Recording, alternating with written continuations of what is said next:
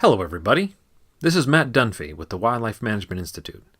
I want to take some time today and talk with you about the outdoor recreation adoption model. In the current R3 professional circle, it's something that has been and continues to be discussed, reinterpreted, and even argued over. So today, I'd like to give you a brief overview of what the model is, how it is generally understood and interpreted, and how to think about it as a tool for strategic R3 planning. I want to say at the onset that the ideas we'll discuss today are neither new nor original. The foundations of this model can actually be traced back to research conducted by Bryce Ryan and Neil Gross, who were two rural sociologists at Iowa State University in the 1940s and 50s. In that research, Ryan and Gross found that rural farmers were very reluctant to adopt new agricultural innovations, in this case hybrid seed corn, even if those innovations promised to be economically profitable. They noted that the acceptance of new innovations or ideas by individuals and communities appeared to be primarily dependent on a social process of adoption, rather than the rational decision-making of an individual or a community. Interestingly, their work launched an entire field of academic study that expanded into things like modern marketing concepts and ultimately the process of adopting outdoor recreation activities. So, again, nothing about the model I'm about to explain is new. Instead, let's think about this as more of a useful interpretation of the human process of accepting new ideas that can help us understand how to better design and deliver R3 efforts for hunters, target shooters, anglers, and other outdoor recreationists. This iteration of the adoption model I'm going to share with you today really came out of a project the Wildlife Management Institute spearheaded in 2007 to figure out what was happening with hunter recruitment, retention, and reactivation specifically. I want to give a lot of credit to Bob Byrne of Bob Byrne Consulting for the co-development and refinement of the model. He and I sort of brainstormed the ideas behind this version as we were trying to get our heads wrapped around the differences between recruitment, retention, and reactivation, since at that time very little work had been done on distinguishing one from another.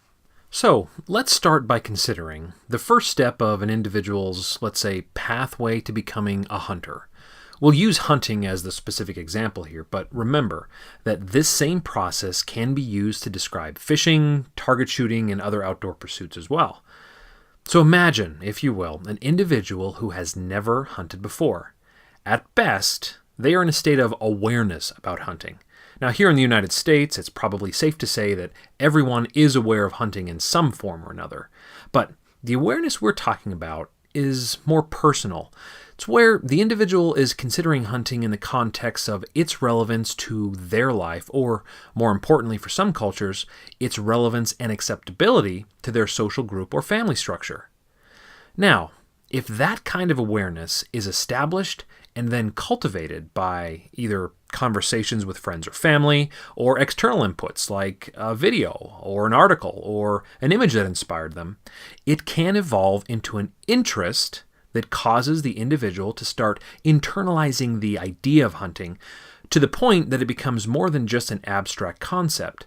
It becomes more tangible, like, this hunting thing is sort of something I want to look into and see if there's anything there for me. If that interest is piqued, and very specifically, if the personal motivations of that individual are increased and aligned with hunting, that interest could inspire them to seek out more knowledge, more skills, more confidence, and ideally, inspire them to seek a trial hunt. Now, for hunting, it's important to note that there are a lot of things that must happen before that first trial. Learning about and trying hunting cannot be done in a day or weekend. Far too many skills and far too much knowledge likely have to be acquired before an individual is ready to go and try it, not to mention the need to wait for things like the next hunting season. This separates hunting from activities like fishing and target shooting. It is reasonable to assume that awareness, interest, and trial can all be completed in something like a single day or weekend fishing clinic. It's a lot more complicated with hunting, and we, as R3 effort developers, need to not just remember that, but also anticipate it and plan for it. Okay, back to the model. If the individual's interest is piqued, and the skills and knowledge necessary for a trial experience have been learned, and the individual's motivations have been aligned, they will likely go and find a way to try it or accept an invitation to try it. Now, after that trial, this individual, for the first time in their life, will have personal experience to put into context their preconceived notions of what hunting is like. This will bring them to a very important decision. Once they personally know what hunting looks and sounds and smells and feels like, they have to decide, is this something I want to do again even if I know I'll need more help? Or, now that I've tried it, I'm pretty sure this is never going to happen again. Now, if the decision is made to go forward, then what we have to remember is that the individual does not have anywhere near enough skills, knowledge, gear, or confidence to charge ahead on their own. This is where the real help is needed. I cannot emphasize how critical this need for additional help and next steps is. In fact, it's valuable to note that much of the research behind this version of the model we're talking about notes that after someone tries something for the first time and before they permanently adopt it, they will be very vulnerable to lapse. In other words, it's easier to not change your life and behaviors and instead treat the experience like a one-time adventure. Interestingly, research by the Wildlife Management Institute and others have shown that the majority of R3 efforts out there right now stop providing resources or next steps to their participants at this very critical stage. Now, this might shed some light onto why the effectiveness of our past R3 efforts might have been less than ideal in some cases. Anyhow, if the individual makes the decision to go forward after their first trial, they'll have to navigate a new set of challenges and master, or refine at least, many skills. They likely borrowed the gear they used in their trial and need to know now how to select their own. They won't be confident or just won't have the needed hunting, butchering, cooking, or shooting skills. They need help navigating regulations, licensing, and on and on and on. So, at the continuation with support stage, though the individual may have identified that they want to go hunting again, we as R3 effort developers and implementers need to be very cognizant of how much extra help this individual needs at this point, and that they need some sort of next steps, additional tools, and additional knowledge. Now, the final thing to recognize about this stage is that this does not happen overnight or even in a single weekend or even in a hunting season. This need for support probably takes years before someone becomes confident enough and their motivations have aligned enough with the activity to advance to the next step of the adoption process, which is the continuation without support stage. This is where most hunters are, particularly avid hunters. In this stage, an individual has adopted the activity and is going to go hunting no matter what. They know how to get more skills if they need them, and they will know plenty enough to go hunting when time and money permit. Now, while this stage can last an individual's lifetime, or at least a significant portion of it, it must be noted that it's a very dynamic stage, meaning that at any time, an individual can lapse in their hunting activity. This can happen for a lot of reasons. Perhaps they went off to college, maybe money got tight, maybe they moved or got married, or maybe they simply forgot to buy their license. Whatever the reason, lapsing is usually caused by someone's motivations getting realigned, or because they became incentivized to do something else. When you think about it, that's a very normal thing to have happen, and lapsing and reactivating are probably a dynamic process within the continuation stages. What we, as R3 professionals, need to think about is, what kind of lapse is it? Is it what we might call a light lapse, where the individual simply forgot to purchase a license, or they just planned a wedding during hunting season? These folks need some sort of contact to keep hunting relevant in their minds, but they likely need less of a push than someone who has fallen to more of a heavy lapse caused by things like a move to a new state, or the loss of desire because your kids moved away and your hunting social circle left with them. The thing to remember is that there is a continuum of lapsing, and so there needs to be a reciprocal continuum of reactivation resources. Okay, a few more pieces to this model. Let's hone in on the decision to continue. Previous to the current iteration of the model, our community simply referred to what we now call R3 as just recruitment retention, saying them almost like one awkward word. What Bob Byrne and I started considering prior to the drafting of this model was that recruitment is probably very different from retention, and reactivation might be different from either recruitment or retention. We figured there were at least 3 R's, but we didn't know how to define one from the other.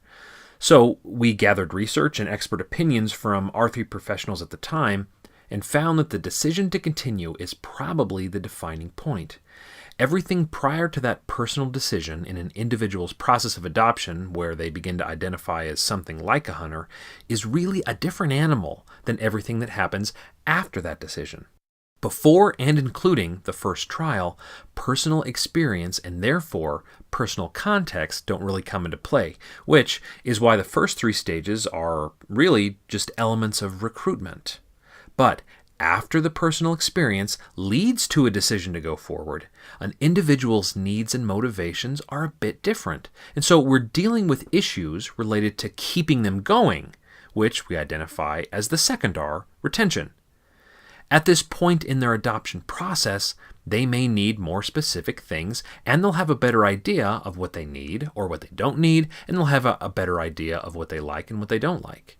So the point to remember here is that for the participant, recruitment issues differ slightly or maybe significantly from retention issues because of the change in the level of personal experience before and after that decision to continue. Now, the third R, reactivation, is pretty self-explanatory. Simply put, it encompasses the dynamic process of lapsing and reactivating, whether you're dealing with a light or a heavy lapse. As we discussed with recruitment and retention, R3 professionals need to remember that when it comes to reactivation, individuals lapsing from an activity have different needs, different barriers, and therefore may require different tools than those individuals in the recruitment or retention stages. Okay, there's just a few more things I want to address in this model before we wrap up. Looking all the way back to the earliest documentation of the theories behind the adoption model, one thing is very, very clear, and it has remained consistently important through all of the academic iterations of this model since its inception. And that is that a social support network must exist for the adoption process to be successful in an individual or a community. If individuals don't have a group of people that can encourage them, that can support them, that they can talk to, that can provide a positive reinforcing environment as this individual moves through the adoption process, it is highly likely that the individual will desert the activity and may not come back again. This is something that we frequently don't think about in our recruitment, retention, or reactivation efforts, and thus we often don't recognize that if a social support network does not exist for the individual learning to hunt or fish, our efforts have a much lower probability of having an impact on the process of adoption. So, as we work to create a particular outdoor participant or try to get a participant to a point where they become independent, we need to think about how we supply them with an encouraging social environment, or perhaps more realistically, we need to make sure that a socially supportive environment is available to them as they go through their process. The final nuance that we'll talk about here today is the formation of self-identification and how that influences people as they move through the process of adoption. Simply put, as an individual experiences their first trial, they'll likely begin to consider the activity not in just an abstract sense, but in a very tangible sense of how the activity may fit with their identity as a person and as a member of a social group. Basically, if they have a hard time accepting an activity like hunting, fishing, or shooting as a part of who they are or who their community is, they will likely stop after the first few times. But if they begin to align their identity with their experience, self-identification becomes the best friend of an R3 professional because that identity will likely help keep the individual motivated to continue participating on into the future. As with many things related to R3, there is much more we could talk about regarding the outdoor recreation adoption model, but we'll let this overview suffice for the time being. The point I'd like to leave you all with is this. The most useful application of the model, from my perspective, is its ability to provide the community of R3 professionals with a unified way to think about the impact of our R3 efforts on the individual. If we can design our efforts to address specific barriers of the adoption process that face different individuals or target audiences, I believe we will increase the effectiveness and impact of our efforts over time, and hopefully be able to ensure more and different people make outdoor pursuits a part of who they are. Thank you very much for your time, and we'll see y'all down the road.